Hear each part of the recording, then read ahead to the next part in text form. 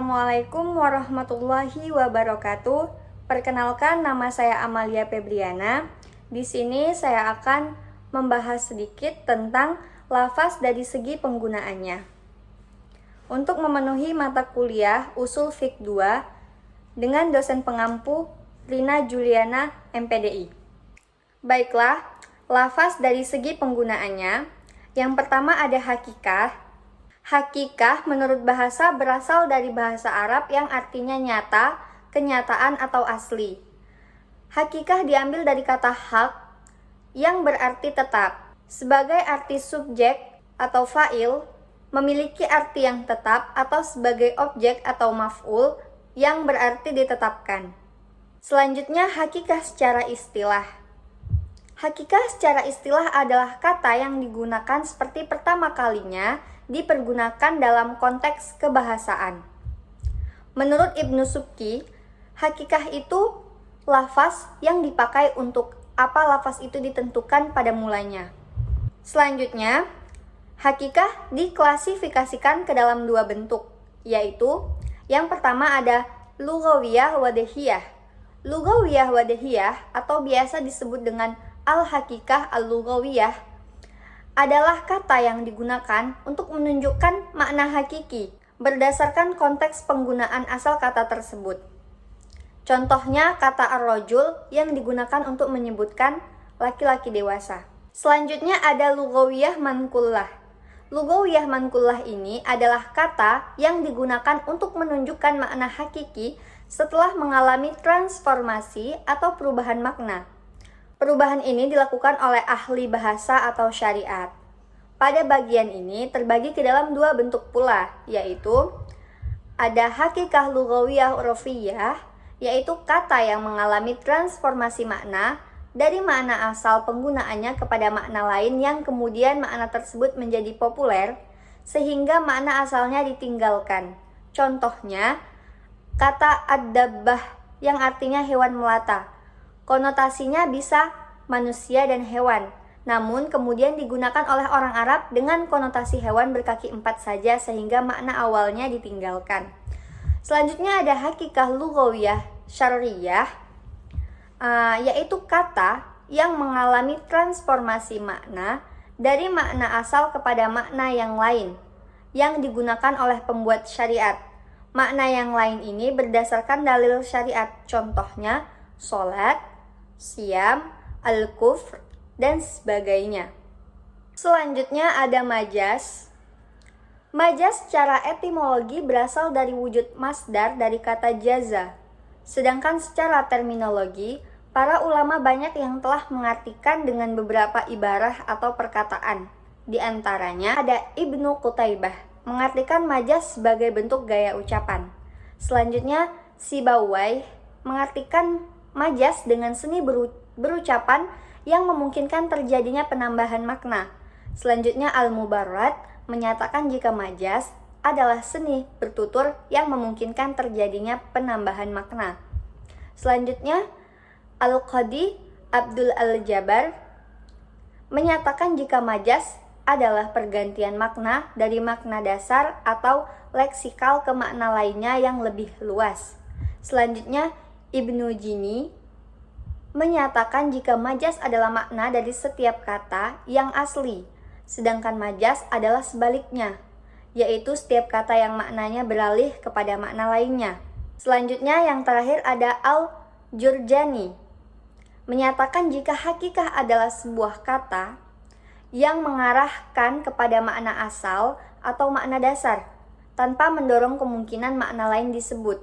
Sedangkan majaz adalah perpindahan makna dasar ke makna lainnya karena perluasan medan makna dari makna dasarnya. Selanjutnya ada klasifikasi majaz. Taufikur Rahman berpendapat bahwa prosedur perubahan kata hingga ia memiliki makna majazi ada 4 cara, yaitu yang pertama ziyadah atau menambah kata. Misalnya dalam firman Allah pada Quran surah Asy-Syura ayat 11, Laisa kamislihi syai'un, yang artinya tiada sesuatu yang seperti Tuhan. Kata seperti yang pertama adalah tambahan, tidak perlu diberi makna. Selanjutnya ada nuksan atau mengurangi kata. Misalnya dalam firman Allah pada Quran surah Yusuf ayat 82. Was'alil qaryata. Dan artinya, dan tanyalah kepada penduduk negeri. Yang dimaksud adalah bertanya kepada penduduk negeri, kata ahli disembunyikan, tidak dinampakkan. Selanjutnya, yang ketiga ada naql atau memindah arti. Misalnya, lafal untuk nama kotoran yang keluar dari manusia. Padahal arti asalnya adalah tempat yang tentram, sunyi, sebab biasanya orang yang buang air besar menuju ke sana. Dan yang keempat ada istiarah atau meminjam kata untuk arti lain. Misalnya dalam firman Allah pada Quran surah Al-Kahfi ayat 77. Jidaron yuridu an yamqodo. Yang artinya dinding yang hampir roboh. Selanjutnya ada penunjukan majas terhadap hukum. A. Majas fi al-mufrad. Majas fi al-mufrad adalah majas yang menggunakan lafaz bukan pada permulaan asal peletakannya. Macam ini disebut juga majas al-lughawi dan ia terbagi ke dalam beberapa macam. Yang pertama ada al-hadfu atau an-naqsu, yaitu majas yang menitik beratkan pada adanya lafaz yang tersembunyi. Contohnya dalam surah Yusuf ayat 82. Was'alil qaryata allati kunna fiha wal 'ira allati aqbalna fiha wa inna lasadiqun. Artinya, dan tanyalah penduduk negeri tempat kami berada dan kafilah yang datang bersama kami, dan kami adalah orang yang benar. In qosaiho di dalam ayat ini tersimpan lafaz yang tersembunyi sebelum lafaz atau negeri, yaitu lafaz ahama atau penduduk. Yang kedua, az-ziyadah, yaitu majas yang menitik beratkan pada adanya lafaz atau huruf tambahan. Contohnya dalam surah Asy-Syura ayat 11. Fatirus samawati wal ardi ja'ala lakum min anfusikum azwaja wa minal an'ami azwaja'a yazra'ukum fihi laisa kamislihi syai'un wa huwas sami'ul basir. Artinya, Allah pencipta langit dan bumi, Dia menjadikan bagi kamu pasangan-pasangan dari jenis kamu sendiri dan dari jenis hewan ternak pasangan-pasangan juga. Dijadikannya kamu berkembang biak dengan jalan itu. Tidak ada sesuatu pun yang serupa dengan Dia. Dan Dia yang maha pendengar, maha melihat. Sebagaimana ulama mengatakan bahwa huruf kaf di depan lafaz Allah secara makna muradnya merupakan tambahan. Selanjutnya B. Majas fi at-tarqib. Majas fi at-tarqib adalah majas yang menyandarkan suatu perbuatan atau kesangsian kepada sesuatu yang tidak memiliki originalitas dikarenakan adanya hubungan keterkaitan antara keduanya. Majas ini disebut juga majas al-aql dan majas al-isnad. Contohnya dalam surah Al-Anfal ayat 2. Innamal mu'minuna alladzi idza dzukirallahu wajilat qulubuhum wa idza tuliyat alaihim ayatahu zadathum imanan wa ala rabbihim yatawakkalun.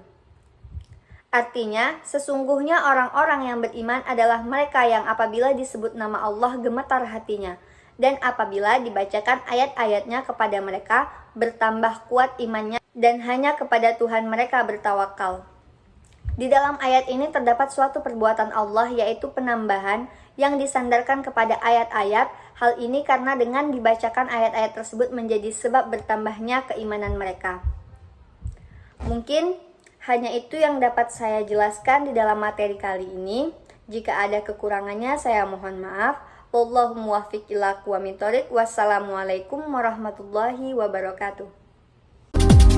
You don't even know my name,